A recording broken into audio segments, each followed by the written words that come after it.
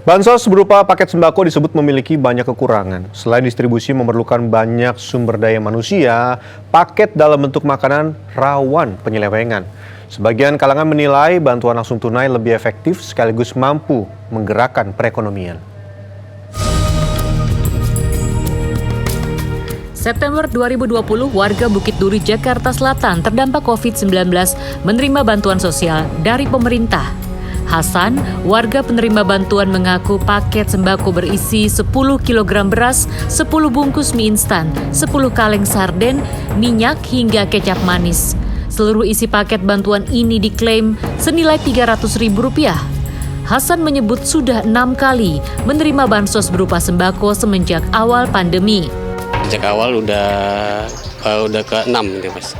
Jadi mie dan sarden itu hanya selingan dan lauk pauknya bisa kalau kita ingin variasi lain kita beli di pasar seperti sayur-sayuran lain dan seperti tempe tahu kita beli di pasar untuk variasi aja Mas. Karena mie instan terus ya kita ya sepertinya ya bosan juga seperti itu. Sementara itu, pemberian bantuan berupa barang ini dinilai memiliki banyak kekurangan. Penyaluran bantuan berupa makanan harus cepat dan melibatkan banyak sumber daya. Alhasil, rawan penyelewengan. Akhir November lalu, sejumlah warga RT 02 di Muara Angke, Jakarta Utara mengeluh harus membayar hingga Rp20.000 jika ingin menerima paket bantuan sosial dari pemerintah. Dugaan pungli ini dilakukan ketua RT setempat. Alasannya, uang dari warga untuk membayar upah angkut. Akibatnya bansos menumpuk di rumah oknum ketua RT. Kesal paket bantuan tak kunjung diterima, warga akhirnya melapor. Barulah setelah polisi dan lurah turun tangan, bansos langsung tersalurkan. Warga pun gembira karena sudah berbulan-bulan tidak menerima bantuan sosial.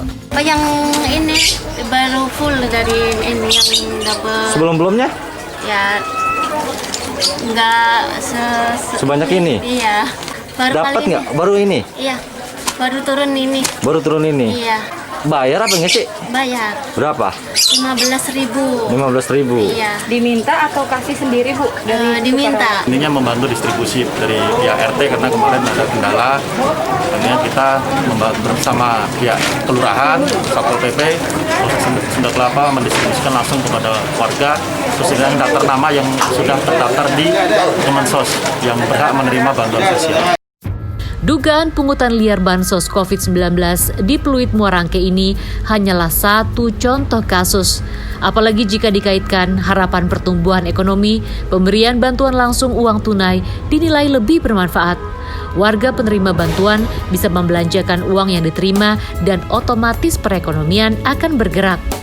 Yang paling cepat untuk meningkatkan daya beli itu program seperti bantuan langsung tunai, ya. Karena kalau bantuan langsung tunai bukan sekedar bagi sembako, itu masyarakat pegang uang dan dia punya berbeda-beda tiap keluarga untuk mengalokasikan. Ada yang untuk bayar sekolah, ada yang beli seragam, ada yang untuk bayar tagihan-tagihan dan cicilannya.